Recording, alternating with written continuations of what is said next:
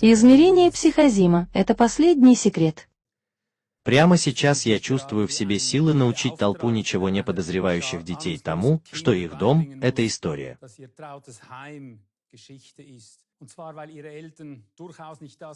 И это потому, что их родители совсем не те, кем они себя считали, и даже хуже, потому что их родители больше не будут заботиться о них, потому что они выродились в преступников. Теперь нам нужны реальные всемирно-демократические резолюции.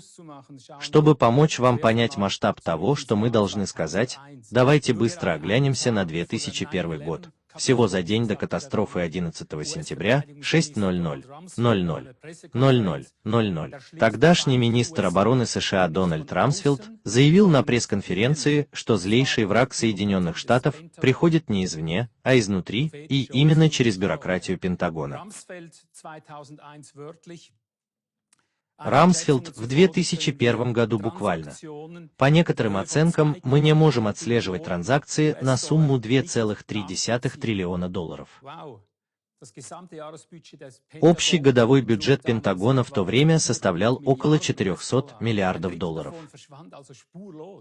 Таким образом, треть исчезла бесследно, и поскольку это зловещее финансовое головокружение не было должным образом расследовано, оно повторялось не только один раз, но и год за годом, вплоть до окончательной суммы в $2,3 триллиона. Но это признание Рамсфелда, сделанное перед телекамерами, было не концом, а скорее заключительным прорывом еще более немыслимо катастрофической коррупции. В конце концов, всего через день башни-близнецы и ВТЦ-7 были погружены в ядерную пыль, а вместе с ними и бесчисленные улики. Конечно, человечество, которое жестоко преследуется за каждый присвоенный налоговый цент, прекрасно понимает, когда 2300 на $1 миллиард бесследно исчезают в самом известном административном здании в мире с его Министерством обороны. Бюрократия просто не всем нравится. Или что вы думаете? По крайней мере, так вы могли подумать после 11 сентября, потому что даже через 20 лет после до сих пор нераскрытых взрывов в башнях, похоже, никто не пытается докопаться до сути кражи всех триллионов, которые исчезли без следа. Видите ли, это именно тот вид мошенничества на высоком уровне, о котором мы сейчас говорим. Но вернемся к сравнению с детьми. Человеческая семья, как и ничего не подозревающие дети, все еще не может понять, до какой степени их родители, то есть правительство, повсюду запутаны. В конце концов, администрация США уже давно действует как образец для подражания, и мировой полицейский, другими словами, называет себя лучшей и делает такие вещи. Дорогие, пришло время пробудиться от каждого созданного самим собой мировоззрения. Вся человеческая раса также попала под чары и полный контроль именно таких беспринципных, корыстных картелей. Только что приведенный пример предназначен только для того, чтобы показать, насколько высока планка глобального крупномасштабного мошенничества, почти на всех уровнях. Но все же беспомощные дети судорожно хотят верить в доброту своих родителей, то есть правительств, и по доброте всех их родственников, то есть по их хваленой науке, фармацевтике с их белыми богами, их финансовым средствам массовой информации и образовательным системам и т.д.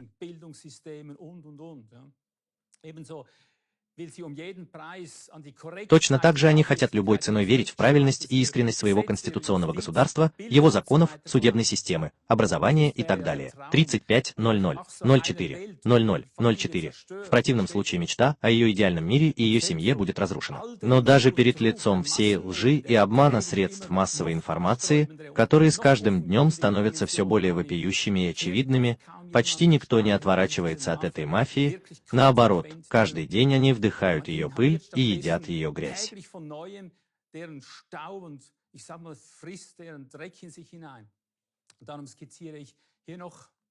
Вот почему я немного подробнее рассказываю об уровне преступного обмана, на котором мы фактически находимся.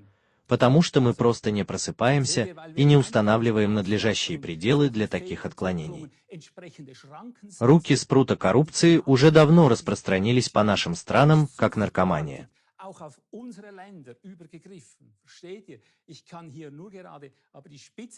Я могу коснуться только верхушки этого невообразимо гигантского айсберга.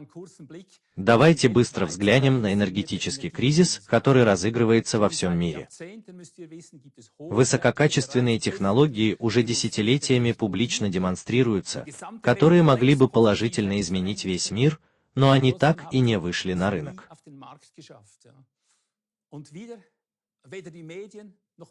И ни средства массовой информации, ни политические партии, ни правительство не объясняют нам, почему это так. Поэтому единственное, что остается сделать, это провести исследование по собственной инициативе и за свой счет. В то же время мы сталкиваемся, по крайней мере, с теми же вопиющими проявлениями коррупции, что и в самом начале.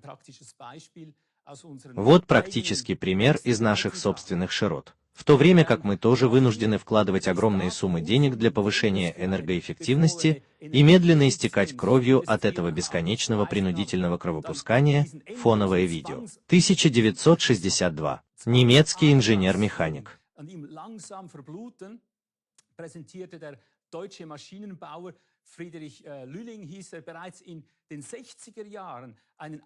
Фридрих Люлинг представил идеально работающий магнитный двигатель еще в 1960-х годах. В 1962 году эта технология была показана в кинохронике общественного телевидения. Было подробно описано, как этот двигатель может работать до 20 лет, без перерыва при 290 оборотах в минуту, с одним набором постоянных магнитов. Теперь, конечно, вы зададитесь вопросом, почему изобретение Фридриха Люлинга так и не появилось на рынке. Последние строки этого отчета дают вам ответ, и я цитирую. Ценность этого изобретения также, вероятно, продемонстрирована годами усилий других по его замораживанию или саботажу.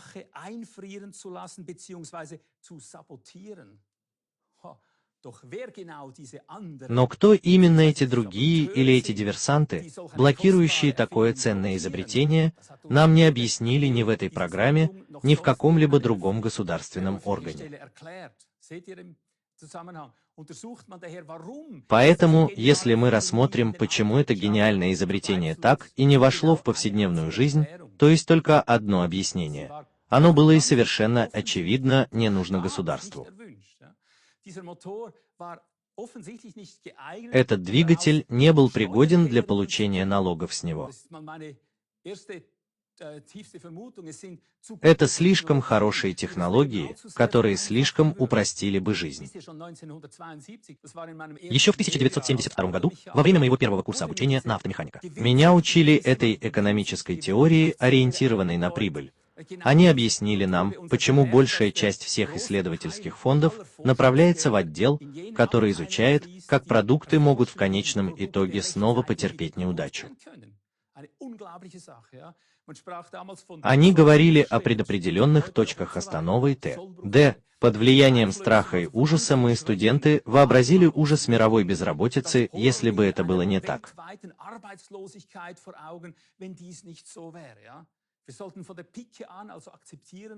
Мы должны были смириться с тем, что все всегда должно было рушиться. Наш преподаватель профессионального училища также познакомил нас с водородными двигателями, которые работали уже тогда, но были намеренно скрыты от общественности. Мы должны были принять это без сопротивления, потому что так и должно было быть. Но даже сегодня, спустя 39 лет после этого тренинга, вряд ли кто-нибудь знает, почему все правительства мира поднимают такой шум по поводу изменения климата, когда они прекрасно знают, что полностью чистый, то есть без выбросов, водородный двигатель использовался в течение нескольких десятилетий без каких-либо проблем. Используется, правда, снова та же самая. С водородными двигателями мы бы снова сказали ту же правду. С водородными двигателями мы стали бы слишком самодостаточными, то есть слишком независимыми. И наши правительства не смогли бы расширить свои властные позиции и получать какие-либо налоги с их помощью. За всем этим стоит бесконечная зависимость от большего, власть и жадность сверхбогатых в сочетании с коррумпированными государственными интересами.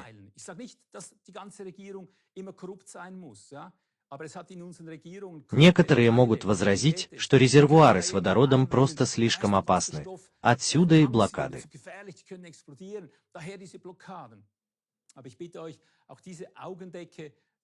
Позвольте следующему факту снять эту повязку с ваших глаз.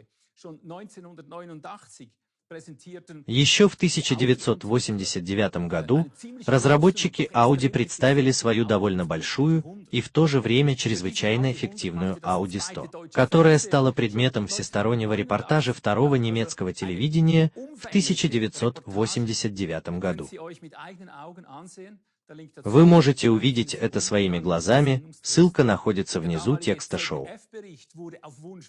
Отчет в то время отслеживался немецким телевидением по просьбе Audi, чтобы никто не мог утверждать, что это подделка.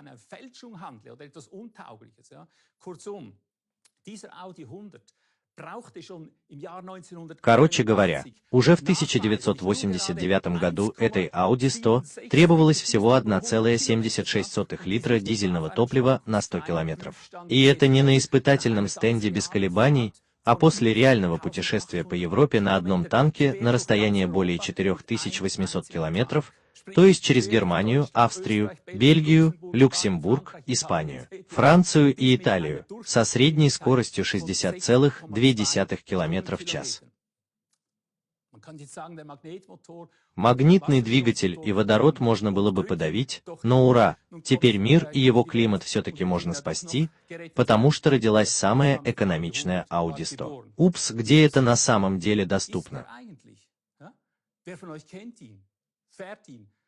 Кто из вас его знает, водит или слышал о нем? Никто, потому что эта Audi 100 тоже никогда не появлялась на рынке. Все нефтяное лобби слишком тесно связано с нашими коррумпированными родителями, то есть с теми, кто находится у власти. Равно. Они скорее позволят своим обманчивым инструментам посеять панику по всему миру с больной девочкой и миллионами прогуливающих школу учеников, чем открыто признают, что сотни подобных изобретений уже давно существуют. Но их патенты намеренно заблокированы и скрыты от истощенного населения планеты.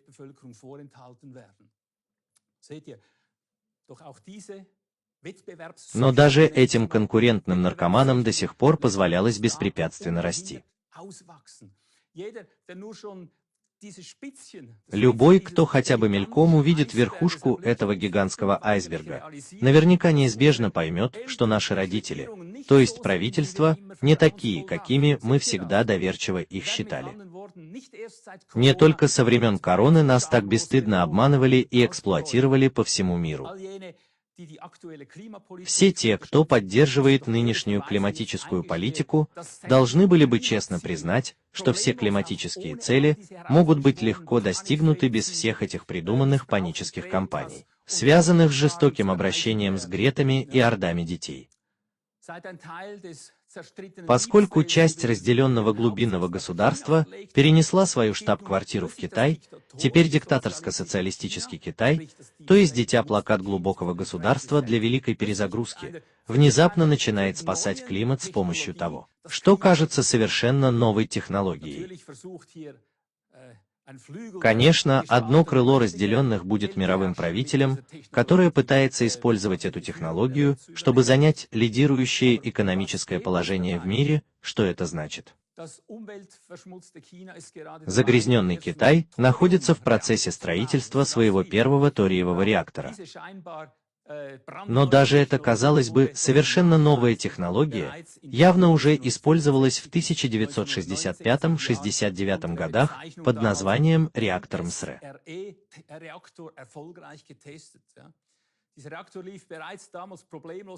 Он уже проработал 15 тысяч часов без каких-либо проблем. Реактор такого типа не больше садового сарая, но его безопасная энергия заменяет целую атомную электростанцию. В настоящее время даже самые образованные физики, ядерщики и им подобные, получившие докторские степени по ядерной физике и реакторной технологии, поражены. На самом деле большинство из них, как и все мы, только в эти дни узнали, что такая технология вообще существует. Китай, однако, выпускает эти мини-реакторы. Чистая электроэнергия без КО-2 поступит в серийное производство уже в 2030 году.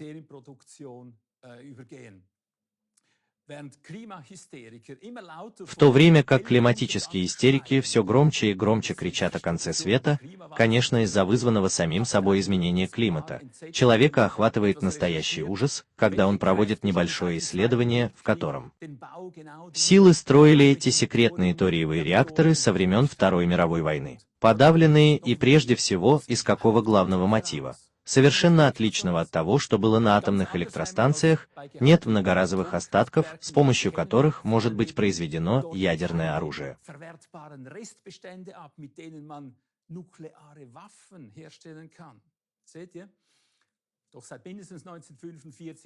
Но, по крайней мере, с 1945 года эта технология известна правительствам всего мира. Существуют тысячи других примеров незаконного присвоения патентов, но на данный момент этих упомянутых достаточно. К сожалению, это были отнюдь не самые темные стороны наших родителей, то есть правительств. Самое важное из всего происходит только сейчас. Дорогие мои, давно пора очнуться от любого собственного мировоззрения. То, что мы еще не поняли ни в одном подходе, касается систематической методологии, с помощью которой те, кто правит нами против нас. Я имею в виду то, что покажет вам эта 2 глава. Часть драмы, которую нужно передать как можно проще и систематичнее. Наша мировая семья становится мишенью и уничтожается на систематических принципах наркоторговцев.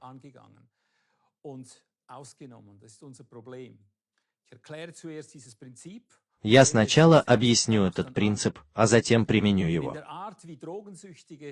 Потому что наркоманы не падают просто так с неба, как и вы.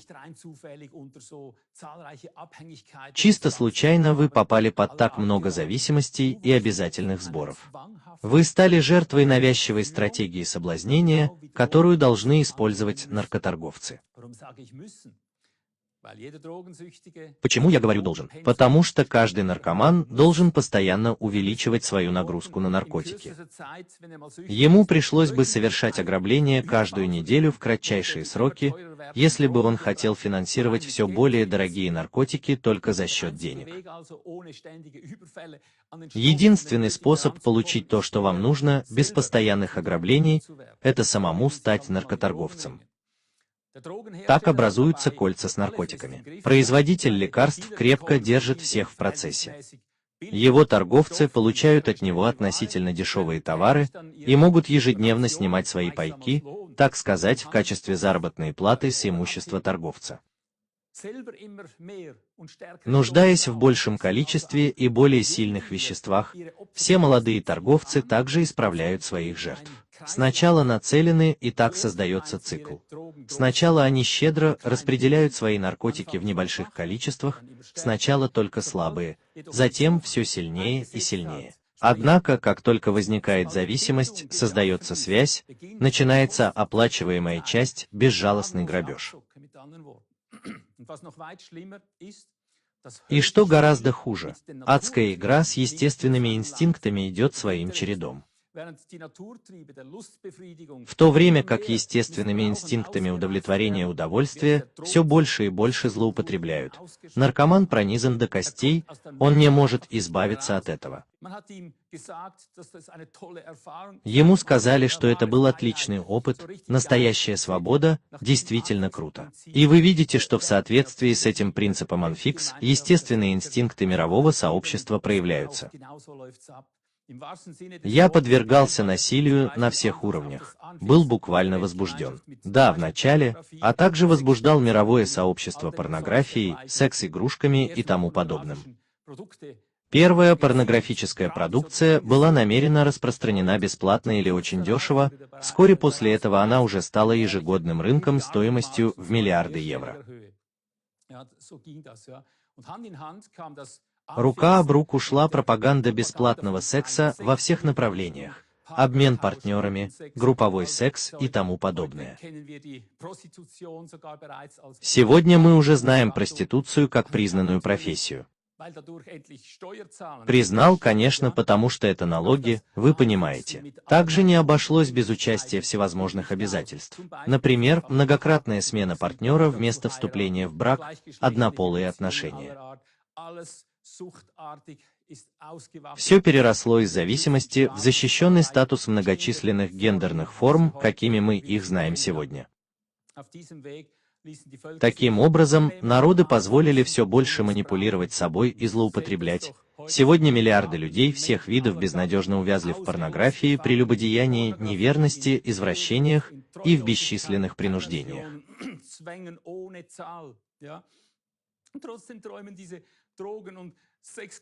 Тем не менее, эти массы, одержимые наркотиками и сексом, мечтают о еще больших свободах и не понимают, что все эти приобретенные псевдосвободы низводят их до такого жалкого униженного рабского состояния. Потому что она стала рабыней своих собственных похотей и пристрастий, рабами всевозможных естественных побуждений.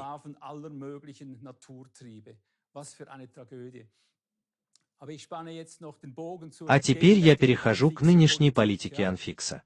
При нынешней короне политики уже зацепили значительную часть среднего класса заманчивыми так называемыми компенсационными выплатами из государственной казны. Вы помните, во-первых, бесчисленные предприятия среднего класса были вынуждены закрыть двери и пообещали спасение насильственно пострадавшему среднему классу. Это было довольно круто для этого, несмотря на затуманенную планами голову. Сначала не разрешают работать, а потом все равно получают, например, 80% зарплаты и так далее, все бесплатно. Многие владельцы ресторанов и т.д. за этот период времени они получили больше, чем если бы работали. Таким образом, аналогично принципу дилера, но это были чистые деньги за молчание, потому что таким образом присутствующие, то есть те, кто финансово зацеплен, становятся незаметной частью этого кольца пандемии. Что эти хищные торговцы, которые пришли в овечьей шкуре государства, были громкими. Обманутое мировое сообщество все еще не знает о финансовых вливаниях, ради которых никто никогда не работал и часа. Но откуда берутся все эти деньги? Все очень просто. Он создается из шляпы фиатных денег, крайне криминальных финансовых дилеров, за счет постоянно растущего государственного долга. Мировое сообщество никогда не сможет погасить этот дополнительный навязанный долг, даже после 100 лет напряженной работы. Но в этом-то и весь фокус. Поэтому я предсказываю, как только из-за пристрастия к еще большему количеству этих финансовых вливаний начнется полное обнищание, внезапно призывы к сокращению государственного долга станут все громче и громче.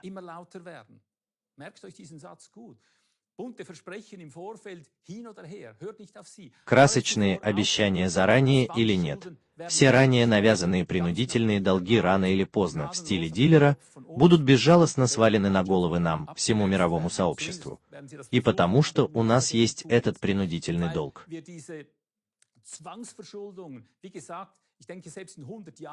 Как я уже сказал, даже через 100 лет не сможет устроиться, будет, кстати, полностью частные дилеры цифрового финансового комплекса, скоро вознамерятся отщипнуть все наши вещи, включая всевозможные предметы роскоши, драгоценности, сбережения. Если возможно, также еще одну приятную часть нашего обеспечения по старости и тысячи других, эта мафия намерена, короче говоря, уничтожить все наши вещи.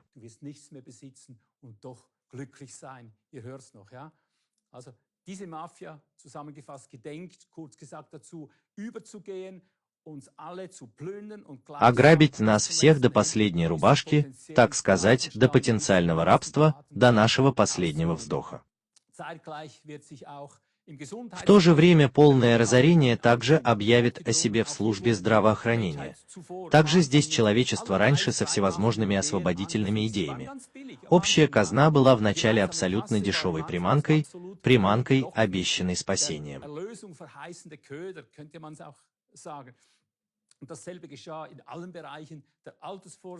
То же самое произошло во всех областях пенсионного обеспечения, страхования, имущественного и другого страхования. После того, как человечество подсело и пристрастилось к этому сверкающему безопасному препарату, торговцы безопасностью выедали себе сердце.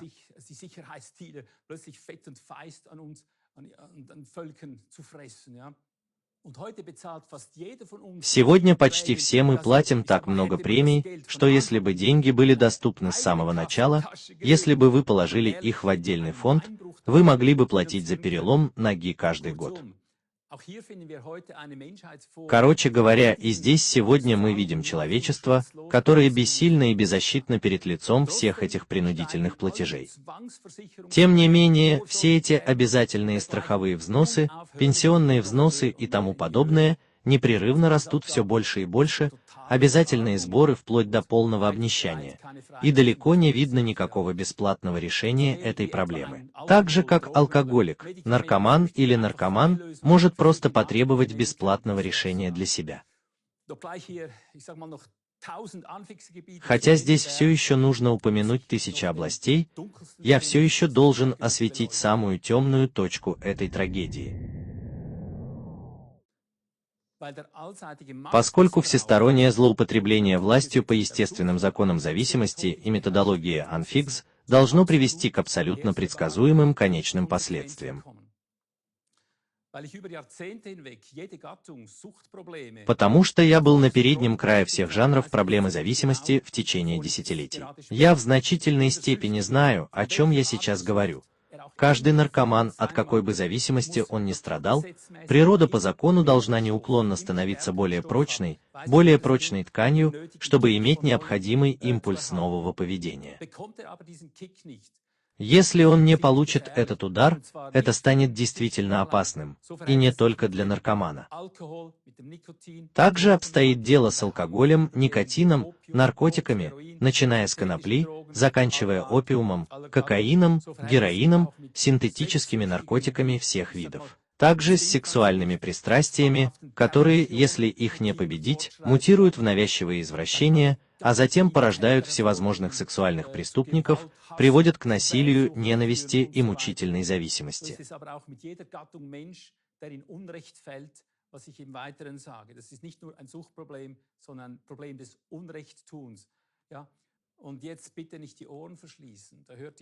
И, пожалуйста, не закрывайте сейчас уши. Трагедия на этом не заканчивается. Поскольку каждая зависимость требует все более сильного удара, даже после того, как органы удовольствия полностью перенапряжены и угасли, возникает необходимость в преувеличенном. Такие истории, как ранняя сексуализация, жестокое обращение с детьми, и здесь, к сожалению, все еще не закончено со всеми историями об адренохроме. Здесь каждый год 10 тысяч детей по всему миру похищаются, исчезают без следа. Где все? Там, где они выдаивают из них кровь под сильнейшими пытками, чтобы произвести наркотик адренохром, чтобы извлечь из него выгоду, для наркоманов на заключительной стадии окончательный удар, и теперь наступает настоящее, продержитесь еще один день. Тогда мы закончим. Betrifft nicht nur Drogensüchtige, sondern jede Art der Menschen, die in Unrecht fallen, dadurch das Lebensgefühl verlieren und dann nichts mehr haben. Dasselbe Prinzip. Denn auch dieser ultimative Kick muss natürlich... Потому что даже этот окончательный удар должен снова потерять свою привлекательность по закону природы. Но что тогда? Теперь, пожалуйста, пристегнитесь. После десятилетий опыта в работе по оказанию помощи наркоманам, я могу с уверенностью сказать вам, к какому источнику подключается адренохром. Теперь наша очередь как целого народа. Потому что мы никогда не могли преодолеть безудержные требования наших мировых лидеров, вызывающие привыкание.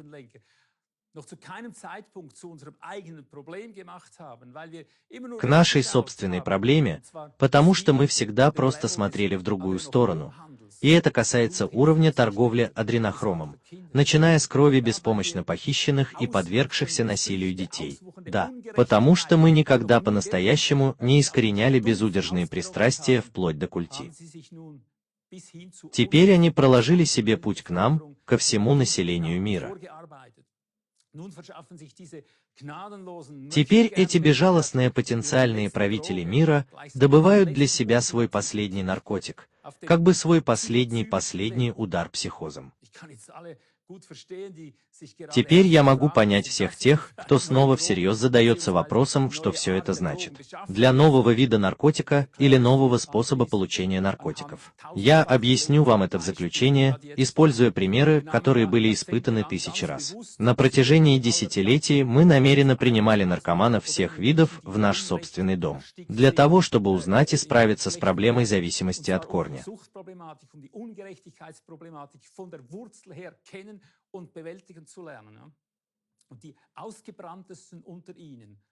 Самые выгоревшие из них, которым больше не мог помочь никакой наркотик, смогли извлечь новый вид острых ощущений из негодования.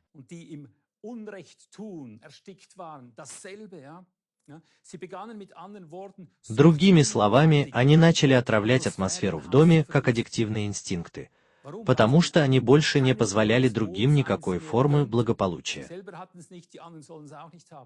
И затем, в течение многих лет, нам пришлось испытать на себе самые жестокие главы. В греческих оригинальных текстах Нового Завета говорится здесь о мучительном микрозимном эффекте на ментальном или психическом уровне, который на немецком языке в каждом случае проявляется со злокачественным психическим эффектом в виде закваски.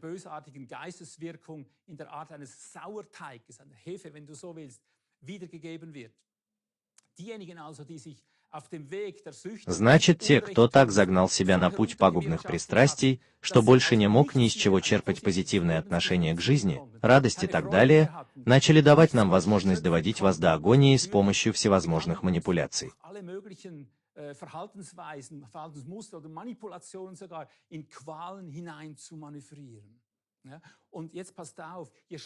И чем хуже мы делали, тем больше автоматически был их удар.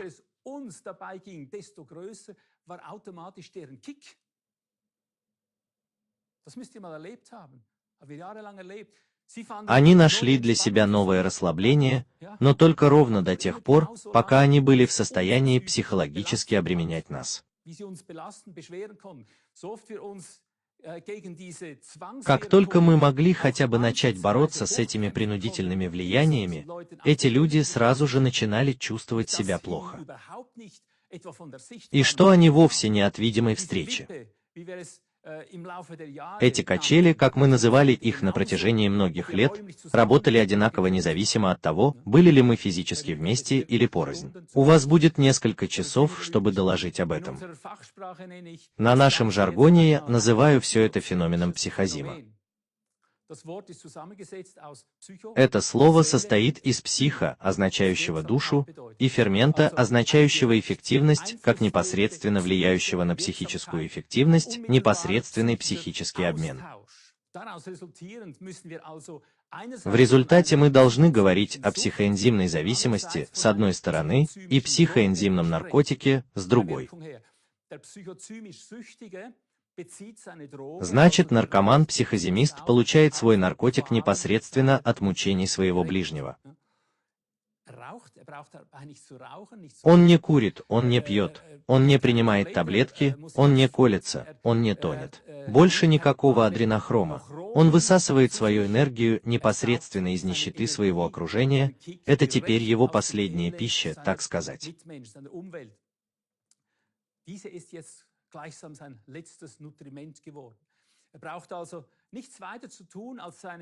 Поэтому ему не нужно ничего делать, кроме как каким-то образом напрягать своих ближних, терроризировать, пугать или что-то еще, тогда он взрывается. Как только его окружение не мучается, вещество как бы оседает в нем.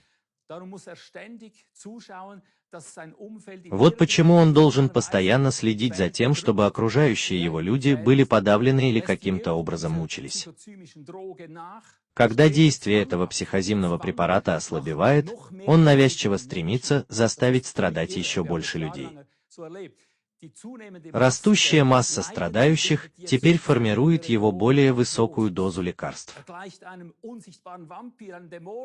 Он похож на невидимого вампира, который выкачивает внутреннюю жизнь своих жертв непосредственно через разум, психику и атмосферу. Für zwei Sorten Menschen. Leute, die aus der Drogensucht direkt kommen und Leute, die ihr Lebensgefühl verloren haben, weil sie Unrecht tun, weil sie anderen Unrecht getan haben, nicht umgekehrt sind davon. Ja? Он также может получить желанный последний удар, уничтожив все растения, животных, окружающую среду в любой форме. Ihr hört die vielen Waldbrände zum Beispiel, das ist so eine Form davon. Die haben den Kick davon, den absoluten, totalen, ultimativen. Und seht ihr, schon vor 3000 Jahren Уже 3000 лет назад один из мудрейших, посвященных под этим небом, сформулировал это явление следующим высказыванием. «Ибо они не находят ни сна, ни покоя, если они не причиняют вреда, не могут опустошить. И их спокойствие отнимается у них, если они не сбили».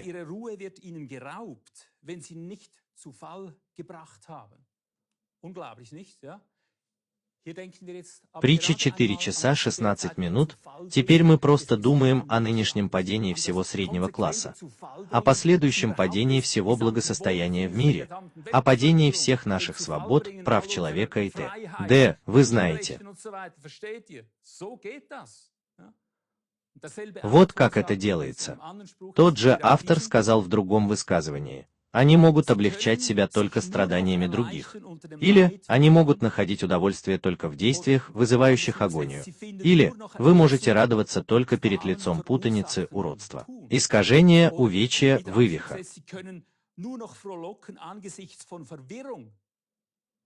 Entstellung, Verdrehung, Verkrüppelung, Verrenkung, hier könnte man die Liste noch fortsetzen.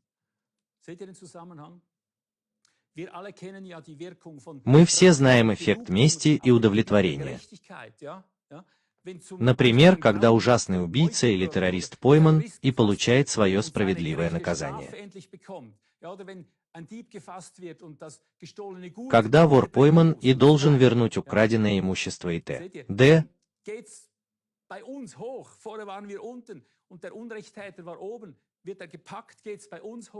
Но это измерение, о котором мы здесь говорим, находится в следующем, более высоком измерении.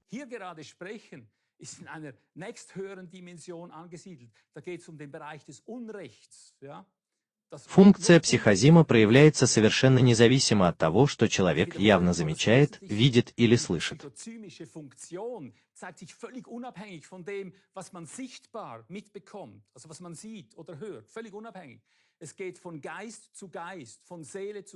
Это передается от духа к духу, от души к душе, от разума к разуму. Это работает так связывающе, как невидимые качели. Если жертва поступает плохо, преступник поступает хорошо. Если жертва поступает хорошо, преступник автоматически поступает плохо. Значит, если его жертва пробивается наверх, как бы отряхивается от всех навязанных принуждений и мучений, то психозависимый наркоман немедленно приходит к ломке и правильно.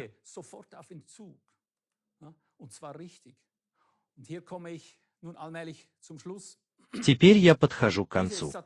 Этим сатанинским тайным обществом, то есть потенциальным мировым правителям, недавно пришлось перейти на психозимный путь, то есть последнее звено в цепи наркотиков.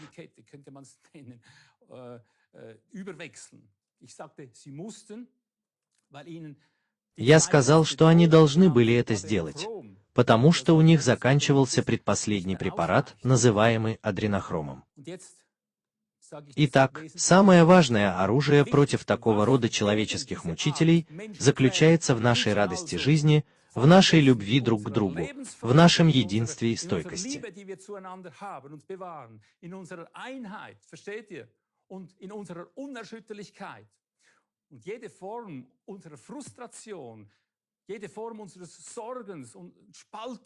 Каждая форма нашего разочарования, наших забот и разногласий – это их психозимная пища, то есть снабжение лекарствами. Любая форма нашего страха, малой веры или трусости обеспечивает их психозирующим препаратом.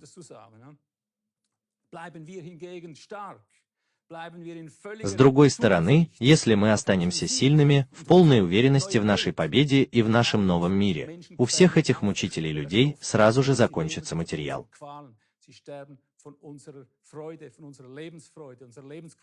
Они начинают страдать от мучений, как демон, который изгоняется из своей жертвы после того, как до этого непрерывно мучил ее.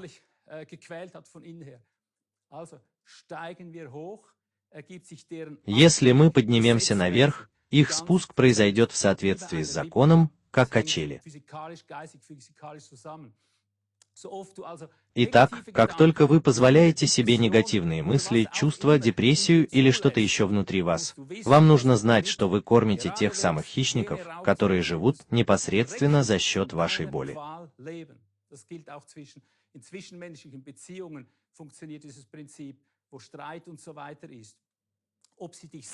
Видят они вас или нет, не имеет значения на психосимпатическом уровне, здесь важно то, что на самом деле происходит в нас и через нас. Так давайте же сохраним единство, будем жить сообща в истине и неуклонно распространять новый мир, ибо вы и я, вы и мы – это новый мир.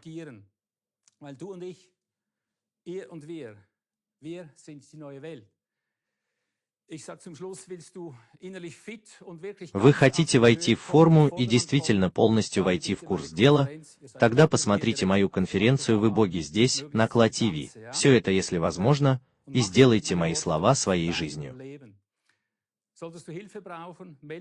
Если вам нужна помощь, свяжитесь с нами, мы вам поможем. Я Ива Засек, который стоит перед Богом уже 44 года.